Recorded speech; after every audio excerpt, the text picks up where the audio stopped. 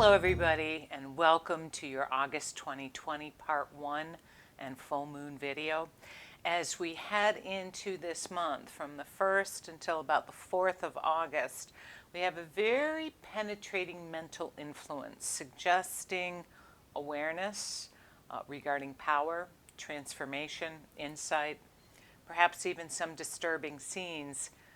Affairs of children, education may all be expressions of this because Mercury transiting through Cancer, finishing up its transit, where the mind is more attuned to the subjective and the emotional, is opposing first Pluto and then Saturn.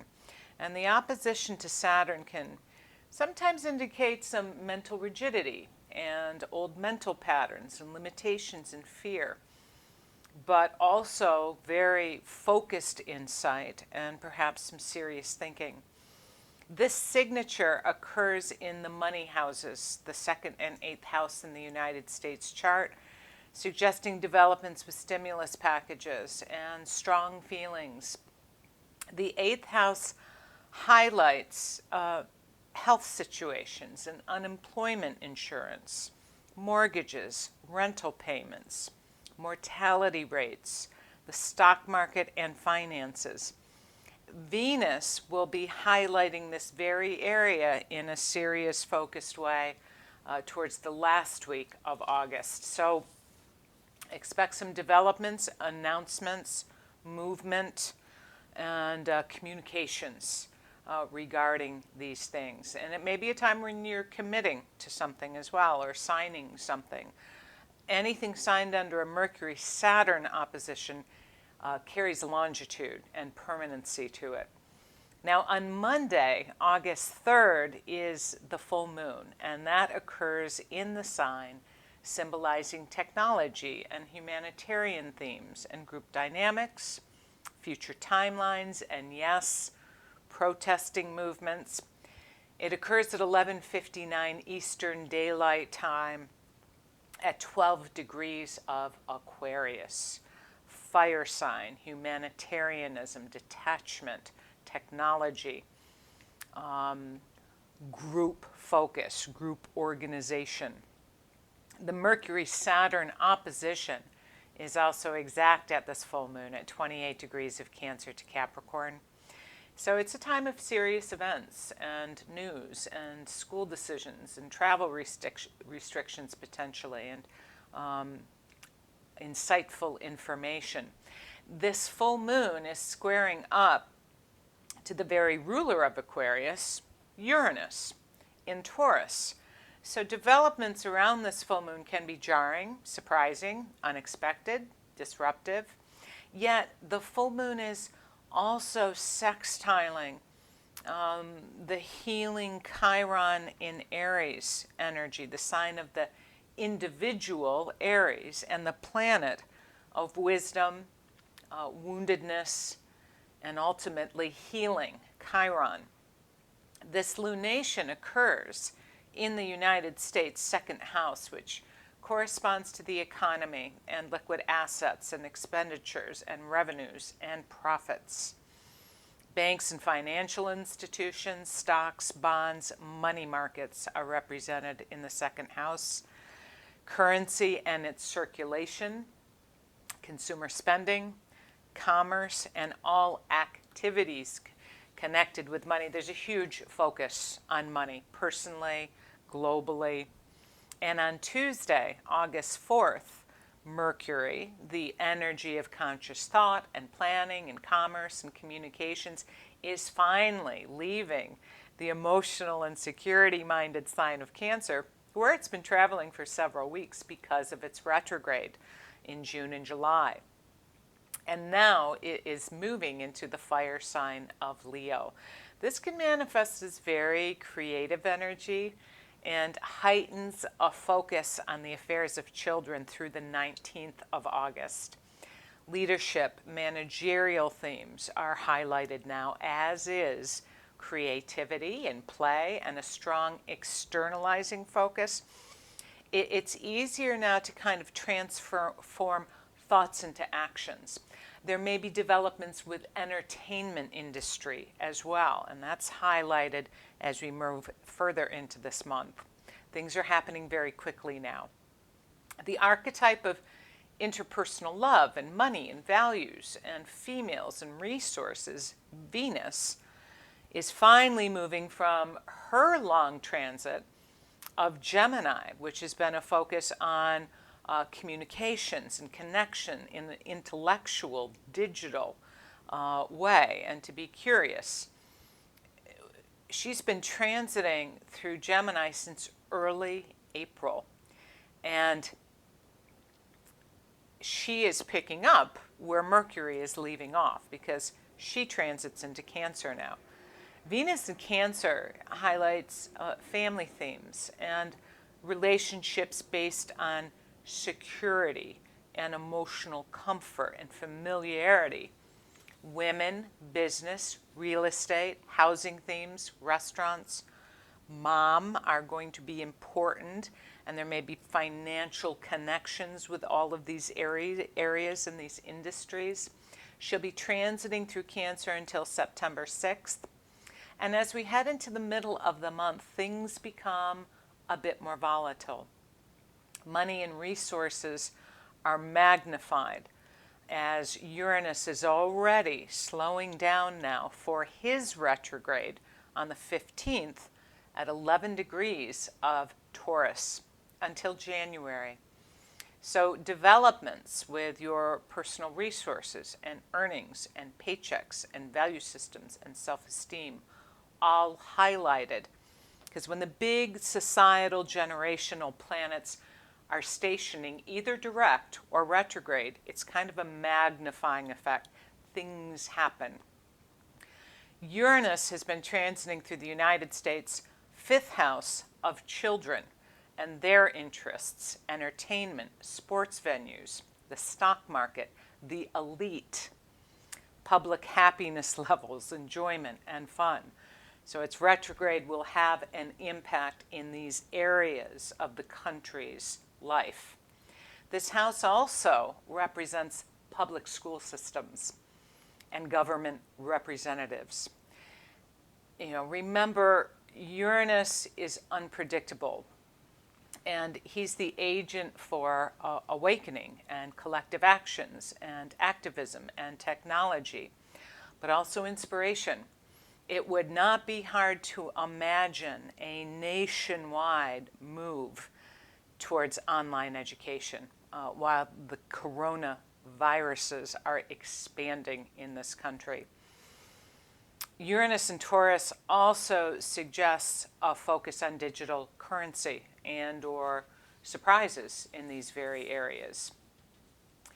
The archetype of confidence and desires and ambition and life force energy and personal will and action, Mars, is already in his retrograde shadow, slowing down this month for his impending retrograde in Aries on September 9th. So when planets are moving slowly, it is magnifying to get a good look at the areas in which these energies represent. This is a very long Mars transit through Aries. So that tells us this is important. And it represents identity and proactive action and aggressiveness and police and guns and war and the armed forces. It also represents entrepreneurship and reinventing yourself and fearless action. It is now moving into Mars, the first of 3 transits. And the first transit is about from the 13th into the 16th of August. Mars is conjuncting Eris, which in mythology is his sister. Now, Eris energy is a little bit troublemaking. The sister was excluded from a gathering and the group, and she took revenge and created problems for others because of this very exclusion. Eris has been squaring Pluto for about the past 2 years. But Mars has never conjuncted this square until now. And Mars is always a trigger point, an activator, if you will, for these long-term outer energy planets. Eris has been in Aries for years. She's a very slow mover, so most of us on planet have Eris in Aries. They sound very similar. That's E-R-I-S, Aries, Eris. And with this connection, this is highlighting the push for evolution and renewal in governments and institutions. This will happen again from the 13th to the 16th, and then again in early October while it's retrograde, and then when it stations direct, it will hit this point again in the second half of December. So, personal will and anger can be quite heightened now. This can be very ruthless and power hungry. Mars is kind of like the sun, but it doesn't have a brain, so it's just hair-triggered action and reactiveness when it's operating unconsciously. There'll be strong and intense expressions of this in the middle month time period. For you, the question is, what in your life is in need of evolution and transformation and renewal regarding your personal will, your personal identity, where your life is heading, your career, your avocation. Because interestingly enough, I find when a lot of people are pushed out of jobs permanently, that's God whispering. That's the universe talking to us.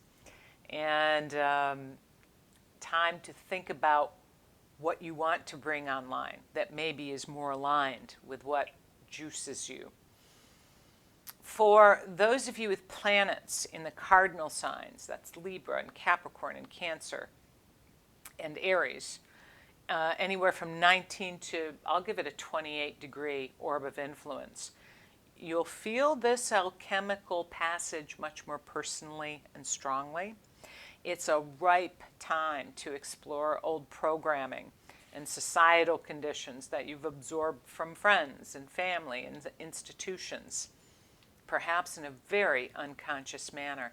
It can take years to cut the ties from earlier imprints. And that's really kind of what adulthood is, isn't it? What's mine and what was taught to me or absorbed from, right? So chaos and conflict are always the signs of a planet in need of new paradigms, new functionality, more love, more equality, more self-love. The big disease on this planet is a lack of love and low self-esteem, in my view. And that results in judging others and unnecessary competitiveness. We're seeing an abundance of that on the planet right now. This is an elongated focus on masculine energy, which encompasses all of us. But this has been a very masculine time on the planet of assertiveness and might makes right. And the Western societies have been in this age of rationalism for quite some time and suppressed and negated the other forms and sources of information, intuition and emotional intelligence and collective care and well-being. That's the push.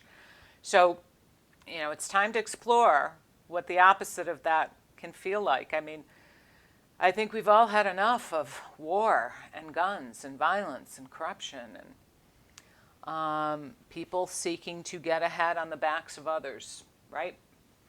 So, think about that. Can you imagine living your life based on what you love to do and have an interest and passion for?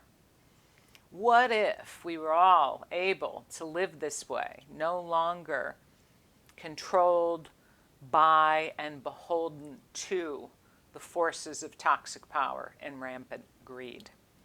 But it does require that we clean that up within our own energy systems. We're living in a big mirror. Everything out there is a reflection of the energy in here.